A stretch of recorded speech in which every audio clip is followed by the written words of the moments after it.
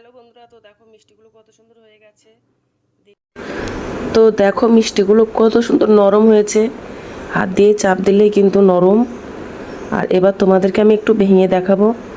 দেখো কত সুন্দর রসালো হয়েছে মিষ্টিগুলো। হ্যালো বন্ধুরা, তো আমি আজকে আবার অন্যদিনের মতো নতুন একটা রেসিপি নিয়ে এসেছি, মিষ্টি চমচম।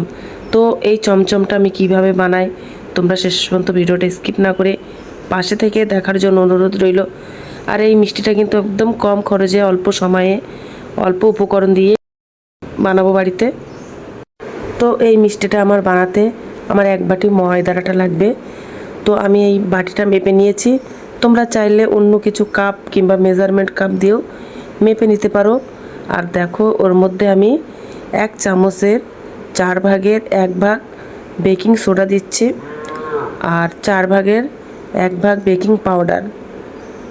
তো এগুলো দিয়ে একটু ভালো করে মিশিয়ে নেব।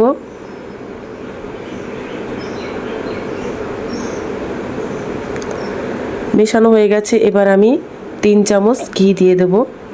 তোমরা চাইলে এটা সাদা তেল দিয়েও বানাতে পারো। তো ঘিটা দিলে এই মিষ্টিটা খেতে কিন্তু আরও সুন্দর হয়, তার জন্য আমি দিয়ে দিলাম। দিয়ে ভালো করে একটু ময়াম দিয়ে নেব। আর মিষ্টিটা ময়াম দিলে মিষ্টিটা আরও সুন্দর হয়।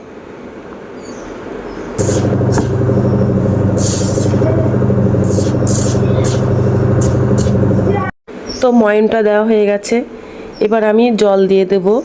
নর্মাল যে জলটা, ওই জলটা দেব।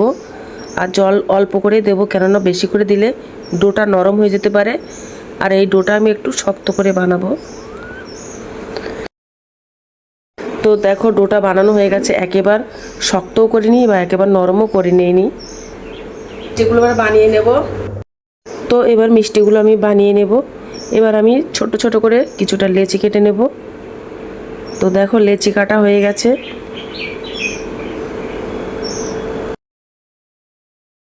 তো দেখো এবার আমি হাতের মধ্যে একটা লেচি নিয়ে নিয়েছি। নিয়ে এবার ভালো করে গোল করে নেব। যত সুন্দর গোল করা হবে আর যত সুন্দর বানানো হবে, মিষ্টিগুলো ভাজার সময় কিন্তু ফেটেও যাবে না, আর মিষ্টিগুলো দেখতেও কিন্তু সুন্দর লাগবে। তো প্রথমে গোল করে নিয়েছি, এবার একটু লম্বাটে মতো করে নেব। চমচমগুলো দেখতে যেমন হয় তেমনটাই করব।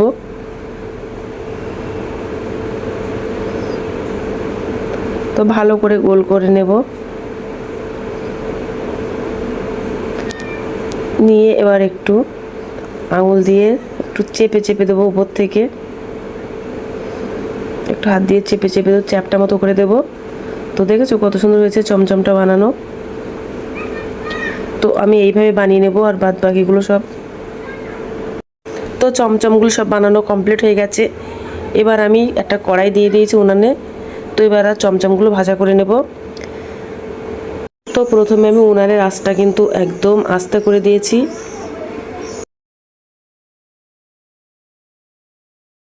এবার মিষ্টিগুলো আমি একটু উল্টে দেব। উল্টে দিয়ে তারপরে মিডিয়াম ফ্লেমে দিয়ে নেব। তা না হলে ভিতরটা আর উপরটা একই রকম হলে মিষ্টির রসটা ভালোভাবে যাবে না।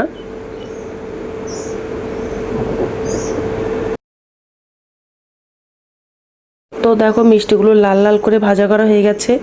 এবার আমি মিষ্টিগুলো একটা প্লেটে তুলে নেব। তো এবার আমি একটা মিষ্টির জন্য সিরা বানিয়ে নেব। তো দেখো 1 বাটি চিনি নিয়ে নিয়েছি। তো চিনিগুলো কড়াইতে দিয়ে দিলাম। দিয়ে এবার ওর মধ্যে একটু সুন্দর একটু গন্ধ আসার জন্য 2টো এলাচ ফাটিয়ে দিলাম। দিয়ে এবার ওর মধ্যে আমি 1/2 বাটি জল দিয়ে দিলাম।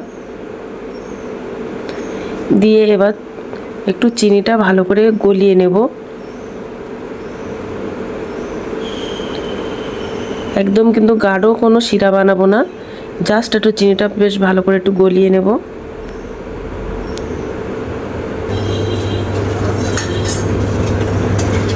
তো দেখো চিনিটা ভালোভাবে গলে গেছে। আর যে মিষ্টিগুলো ভাজা করে রেখেছিলাম মিষ্টিগুলো এবার দিয়ে দেব। দিয়ে এবার গ্যাসটা আমি অফ করে দেব। দিয়ে এবার 30 থেকে 40 মিনিটের জন্য ভিজিয়ে রাখবো।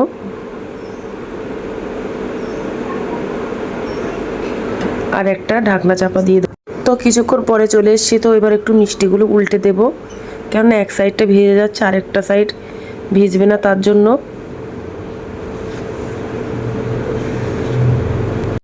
তো দেখো 40 মিনিট পরে এসছি, আর মিষ্টিগুলো কত সুন্দর ফুলে বড় বড় হয়ে গেছে, আর রসগুলো সব টেনে নিয়েছে। তো এবার তোমাদের একবার প্লেটে তুলে দেখাবো। তো দেখো কত সুন্দর হয়ে গেছে।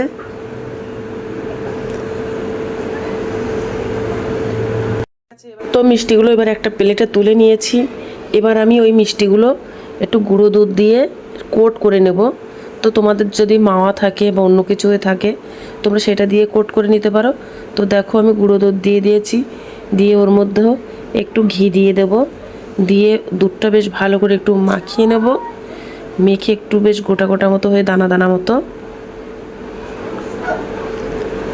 তো দেখো দানা দানা মতো হয়ে গেছে। এবার আমি মিষ্টিগুলো দিয়ে কোট করে নেব ভালো করে। আর এই কোট করলে দেখতেও সুন্দর লাগে, খেতেও কিন্তু মিষ্টিগুলো আরও সুন্দর হয়। তো দেখেছো এইভাবে কোট করে নিয়েছি, আর বাদ বাকিগুলোও কোট করে নেব। আর দেখো কোট করে কত সুন্দর লাগছে দেখতে। আর দেখেছো মিষ্টিগুলো কত সুন্দর নরম হয়েছে। তো দেখো আজকের দিনের মতো ভিডিওটা এখানে শেষ করছি। আগামী দিন আবার একটা নতুন ভিডিও নিয়ে চলে আসবো। তো টাটা, বাই বাই, সবাই ভালো থাকবে, সুস্থ থাকবে।